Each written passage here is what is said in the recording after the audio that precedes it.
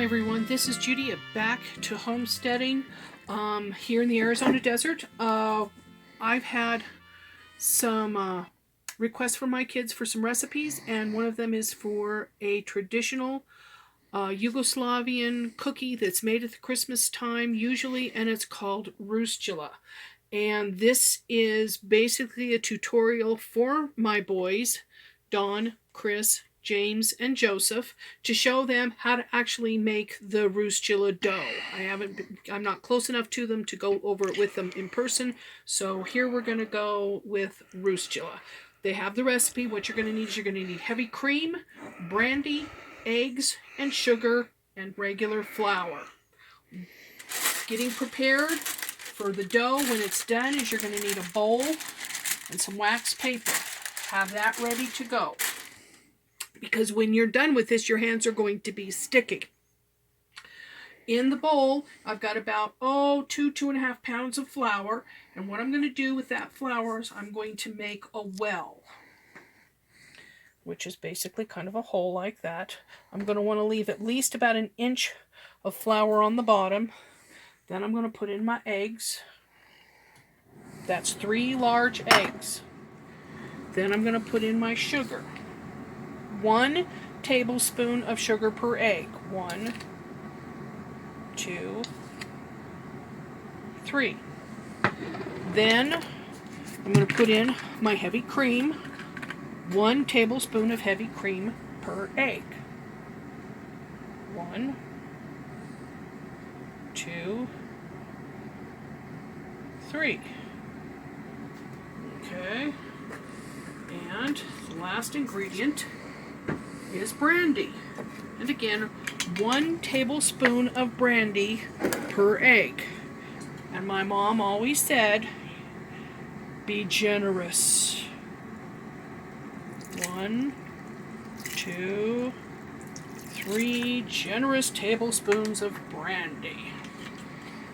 Okay, the ingredients are in. We've got our mess right there. Now what we're going to do, the first thing we're going to do is I break the egg yolks. And you do this all by hand, so make sure your hands are clean before you start. And basically all we're going to do is work the flour slowly into the mixture. And that's basically kind of it. This recipe comes down from your Yugoslavian side of the family. My mother was half Yugoslavian and half French. Her father, Grandpa Frank Schaefer, was the Yugoslavian side. Now his parents came in through Ellis Island back in the late 1800s, and we're not exactly sure in Yugoslavia where they came from. We do know that it is in now what is known as the nation of Croatia. They were up on the Hungarian Croatian border, somewhere in the mountains. They had property, they sold that property, and they immigrated to America. They ended up in Michigan to start with, where your grandfather was born, and I believe his 4 brothers and sisters, actually his brother Joe, and then his 3 sisters Olga, Catherine, and Zora. And they were all taught how to make Krostula, and also my mother was taught how to make Krostula. She made some really good Krostula.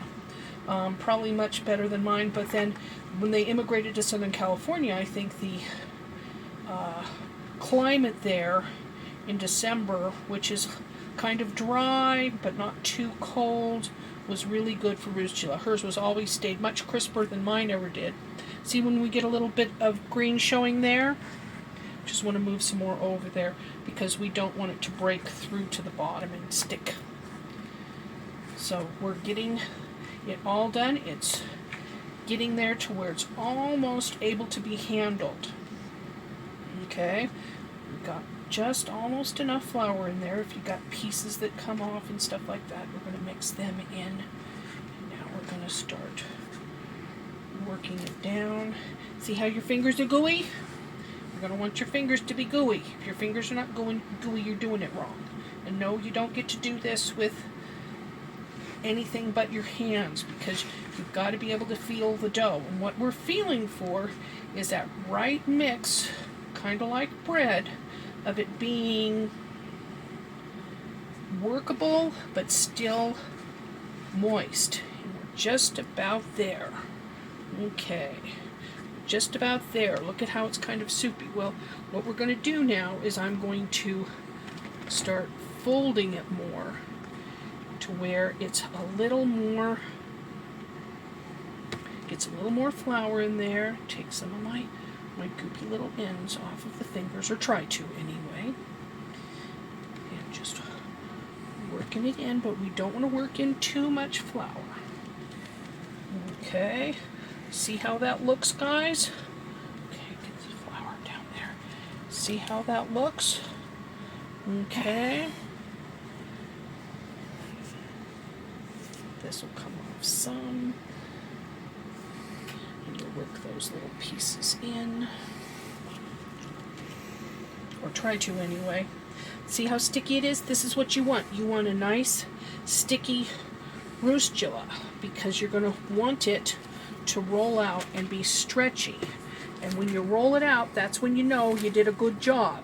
Is if it's really stretchy, you did a good job. Okay, you got just the right amount of flour mixed in.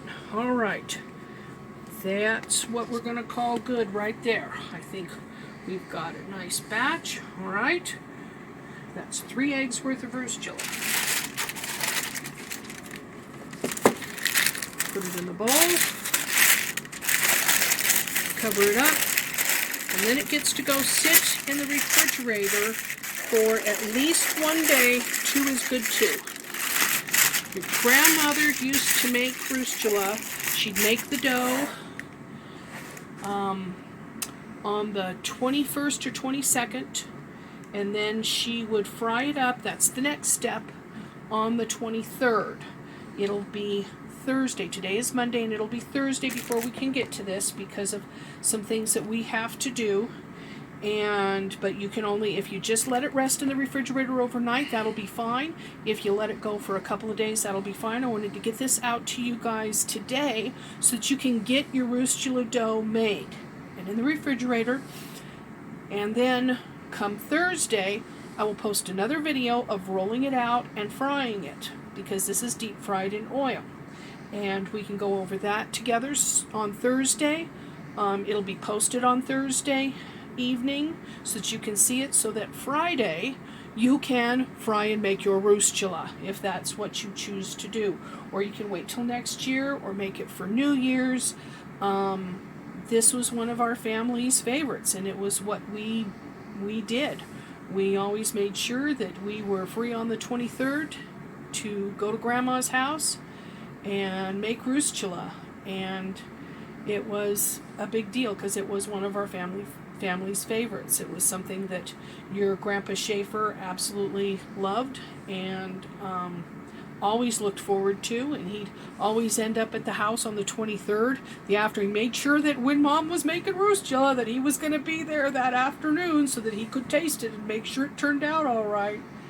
And it's one of those things that we made with love.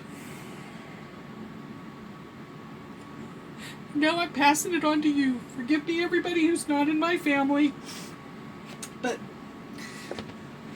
in my family, food is love.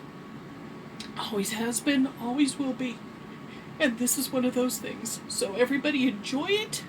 Happy Krostula making. And we'll see you on Thursday for cutting and frying. Thanks for watching, folks. Bye now. Hi everyone, this is Judy again with Back to Homesteading, and my husband and I are out here in the Arizona desert, and this is part 2 of making a family recipe cookie called Krostula. So let's get right to it. When we closed, we had taken the Krostula dough out to the refrigerator. We've got it now inside here. I've had the oil heating up for about 10 minutes. I want my oil to be, well, it's gotten to be to where it's above 250 degrees. We're not going to sit and watch it rise But I got it to 250 degrees. It's probably going to go up towards 300. But anyway, we're going to get started in the meantime. This is what your Krostula dough is going to look like after it's mellowed. Okay, in the refrigerator for anywhere from overnight to a couple of days. Going to take off a piece. Oh, look at it. Look at that nice stretch. That's what you want to see. That's when you know you've done a good job. Okay, good stretchy Krostula dough is what you want. Other than it is sticky. Okay, we're going to roll it out in the flour. We're going to roll it nice and thin, and these are some of the things you're going to need. Some place to roll your flour, the Krostula dough. This is powdered sugar over here, a nice sharp knife, a couple of plates, and a bowl to put the Krostula in when you're done. But yeah, nice. Look at that stretch. Look at that nice stretch. Oh, that's good. Your grandmother would be pleased so far. It all depends on tasting. You get it done, you just roll it out. Start with a very small piece. Don't start with anything too large. As you can see, I just have a small rolling area. And yes, you're going to get flour all over. It's kind of messy. But that's just the way of it. Most good things in the kitchen are messy. And I have always been a messy cook. Okay. Saw online a lot of different recipes for this and ways of people doing things. And some people roll it thicker than others. In our family, we roll it pretty thin. As you can see, it's pretty thin. But it is rolling out real nice. Got a good stretch to it. Okay, I think that's about right. Okay. Now comes the fun part of you cut it. Okay. You just cut it into strips. That's why you need a nice sharp knife. Okay.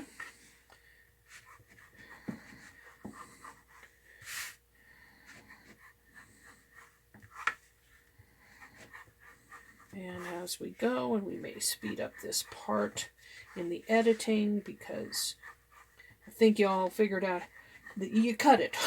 Okay, cutting is just cutting when you cut it first in the strips like this. Okay, and with our little ends like this, you can do two different things is what we do with it. I can put a little slit in that one right there, shake some of the flour off, flip one end through the other, and make a little fancy bow kind of thing. Then you've got others to where at about this, just tie it in a knot. There's your knot. Okay, you've got a piece like this. I would do one flip,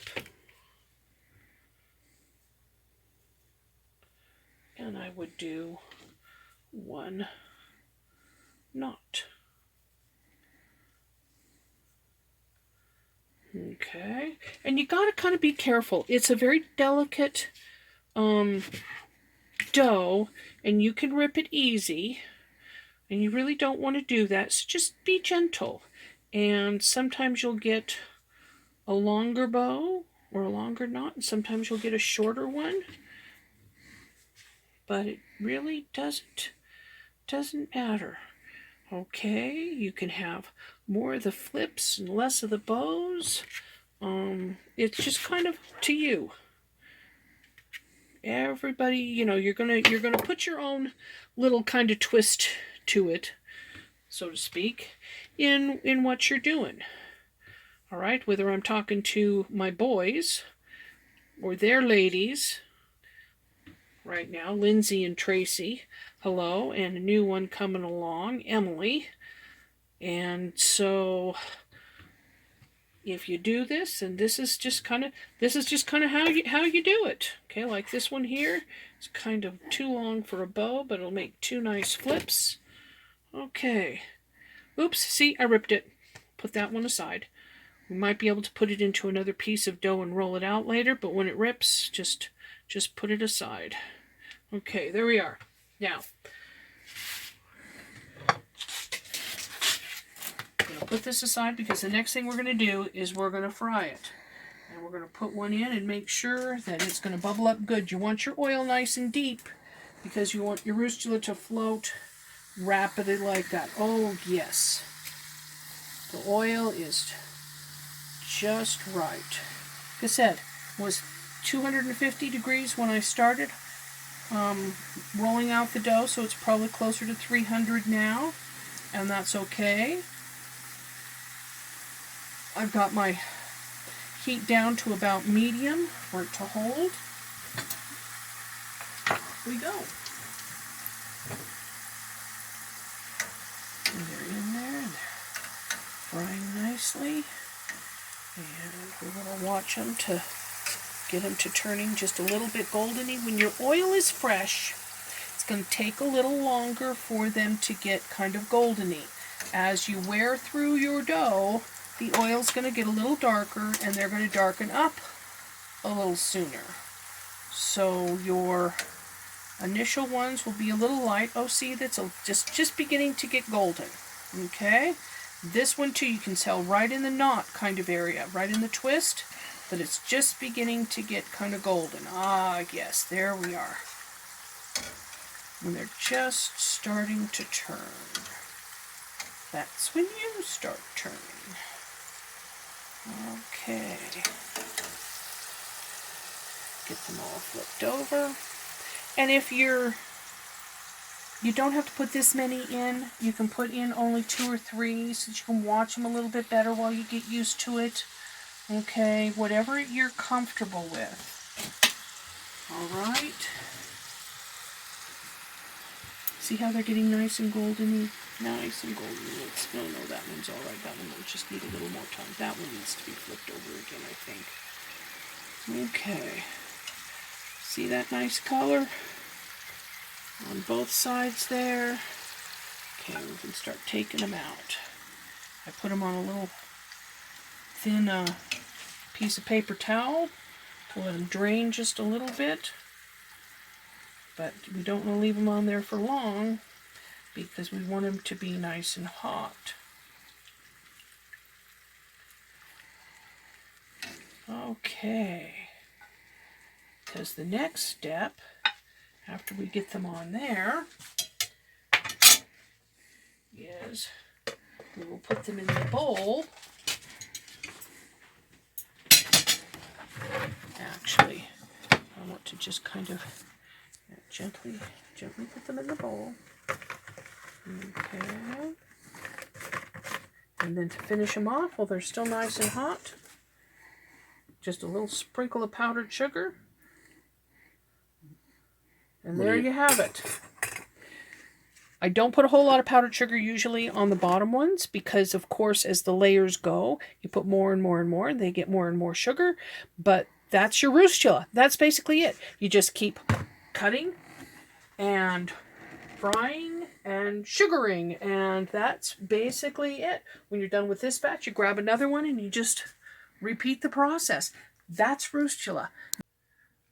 Not a whole lot to it. It's a fairly simple, easy cookie to make, and it's absolutely delicious. I think it's cooled off enough for me to give it a taste. Okay, let's see here. Let's see if we got nice and crispy. No, because it's still too hot. But, oh, delicious. Okay, folks, there you go.